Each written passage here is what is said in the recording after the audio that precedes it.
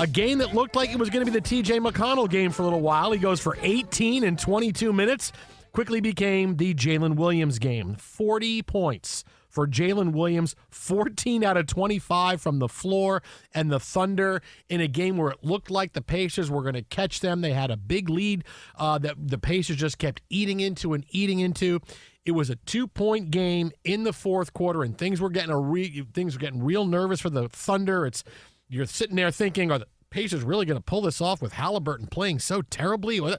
The answer is no, because Jaylen Williams decided this is my game. Still a big game for SGA at 31 and 10 assists, but the Jaylen Williams game, 40 points, 120-109 is the victory over Indiana. They go into Game 6 with a chance to hoist the Larry O'Brien Trophy. Crazy game from Williams, and started slowly and then just picked it up. When we look at Shea, this is a great example of what we call the quiet 30-point game, as about half of his points come from the free throw line. So slow it down, and then it just all look eats like away. Threes in the box score. No, right? but that's it. Like wow, he had a huge score. night. It's like, no, he stood there and calmly collected himself and hit his free throws. 26 of 32 as a team on the night. But you look at the Pacers with their 22 turnovers, yielding a lot of fast break opportunities for the Thunder over the course of the night. But Jaylen Williams put up 25 shots. I have to go back through his game log to see, did he have a game where he put up that many shots in the regular season? He was crazy, feeling it.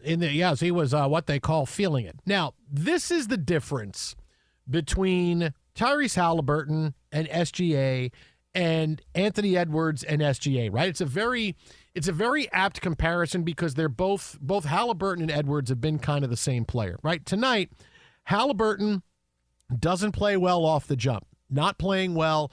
Goes down, driving to the lane, goes in to get his calf looked at, comes back out. He's got it all wrapped up, comes back out to play. Maybe Halliburton's not feeling himself, maybe not. He still played 34 minutes. Yep. 34 minutes for a guy who's supposed to be the next great big NBA superstar. 4 points, 7 rebounds, and 6 assists. He did not hit a shot from the floor tonight in 34 minutes, and the Pacers lose 120-109.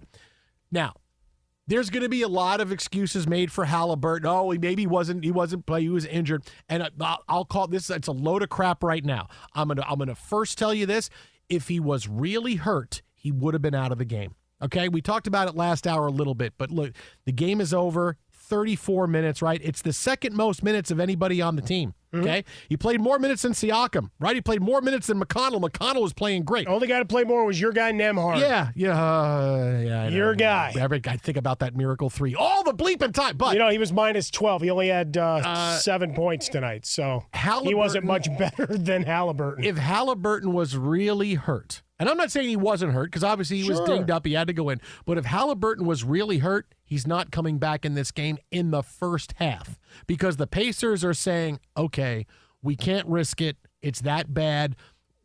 I know that we really want to win this game. It's a big game for us, Game 5, but we're looking at it as being a longer series. Even if we lose tonight, we're going home in Game 6 with a chance to win. We don't play the next game until Thursday. Game 7 is not till Sunday.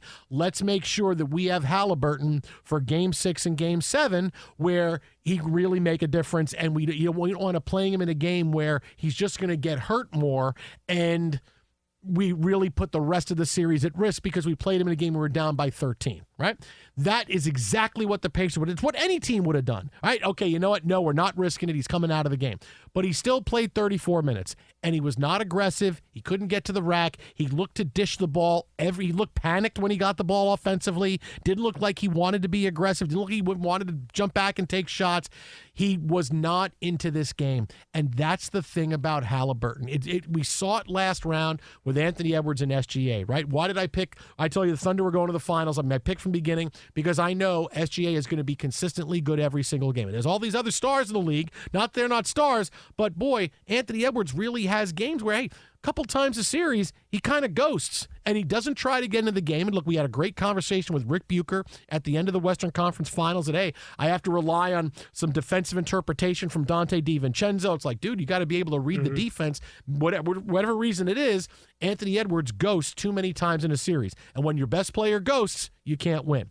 And Halleburton, it's the same thing. A lot of it is motivation. When he's motivated to play, when he's playing the Knicks, when his dad is coming back to a game, hey, Halleburton's great. He's a great front runner. When things are going well, Halleburton's a great player. But when he sees adversity, he's a different guy. And suddenly that game, he's not as aggressive. He doesn't try to get into the game. Even in games where, I'm not saying every game's got to be where he's got 10 points in the first quarter, but look at game one. He wasn't having a great game one, but he was playing well enough, right? He was having well enough, and he hits the game-winning shot, the big comeback, everything's coming up Halleburton, right?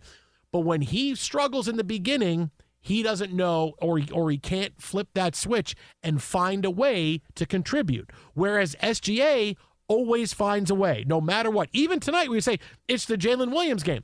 It's not like SGA had 14 points. SGA, he still went for 30 and 10. It doesn't matter. Hey, a night where Jaylen Williams goes for 37 or 40 points, SGA still has 30. He's not coming up small in a game. Hey, I can't take it. I'm not making the shots.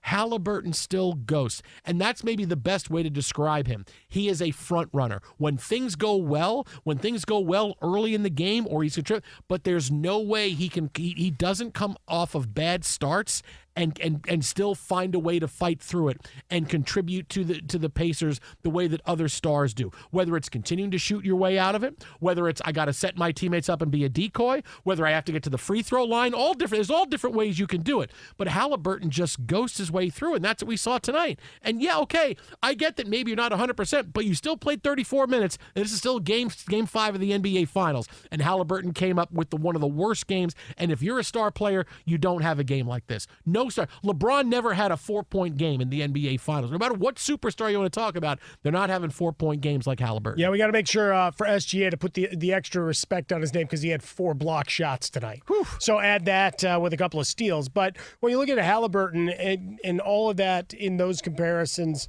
and where SGA wins out is affecting the game, getting to the free throw line, and recognizing when you don't have your shot that you do need to make affect things the other way. You would think, given what the legend of Halleburton has now become these playoffs, right, is the game winners and adversity and stepping up and finding a way in the final seconds of game, all the game winners, and we've certainly seen all the pageantry and celebration of those moments, that you would have been able to lean into the I'm hurt, so I have to work my ass off a little bit harder. Right, go into the annals of history, NBA, whatever game, whatever sport you want to do, right? The guys playing through family adversity. Here's Brett Favre after his father passes, or go on down the line, that you find and channel that energy. For Halleburton tonight, ineffective early, and to take it from the NFL side of things, if you play through, I got to judge you based on what you put on tape. So if you're injured, then go put the ice wrap on and be ready for Thursday. And he decided to play. They cleared him to play. And you had 34 ineffective cloak of invisibility moments. That's really all it was, right? He finishes with the 4 free throws and a couple of assists, a couple of rebounds, but often in the offensive sets, invisible. Standing on the perimeter, not really even getting involved, letting the other 4 guys do the work. Defensively, the fact that they didn't go harder at him at times was a little bit concerning. It allowed Indiana to stay in the game perhaps a bit longer in that regard. But in the final analysis, this was a chance to really say, hey, I've got the giant chip on my shoulder and I'm going to go at. So unless we get a thing where he's out for game 6 because he aggravated something, all this did was detract from what had become all right, look at how he toughs things out. Look at how he finds a way to be in the biggest of moments because they needed him. Game 5, and he's a no-show, even though he plays the 34 minutes. Hell, it was telling at halftime, we had the volume up and everybody's favorite solitaire artist. And he goes, he's been terrible. Yeah. I'm glad he's hurt. And you're like, well, I don't mean I'm glad he's hurt, but it was just one of those moments where it's like, well, now you're trying to create an excuse. No, there's no excuse. You played 34. And you were ineffective. Well, when you're not watching the game and you're playing solitaire, I mean, you're going to say, I'm glad he's hurt because that's an excuse. Or, that's not what I meant to say. That's not what I meant to say.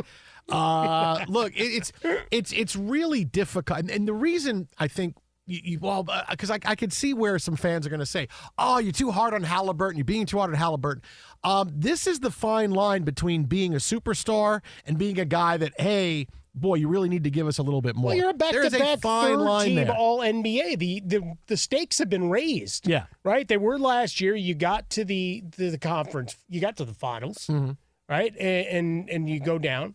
And now you were able to claw back, and we talk about the regular season and only 50 wins. So there's been a lot of talk about, oh, look at this underdog squad. It's like, well, no, you measure yourself out for the regular season, and then the playoffs broke your way, as we've seen happen for teams through time. And take nothing away from the path they've been on, but they were expected to be good. And he's an all-NBA third-teamer again. So. Yeah, he's established himself at worst as the 15th best player in the NBA based on those metrics, right? So here you are, and your expectations raise with some of those big games and big moments that he has. Here was one that they needed him to be that guy, and he wasn't. No, I mean, you can say all you want, but the guy, second most minutes of anybody on the team, and he was a no-show, and it happens just way too often. And that's why when you no-show it, wait a minute, your best player can't do that. You can't have your best, if he's your best player no-show like that, but it happens because Halleburton no-shows.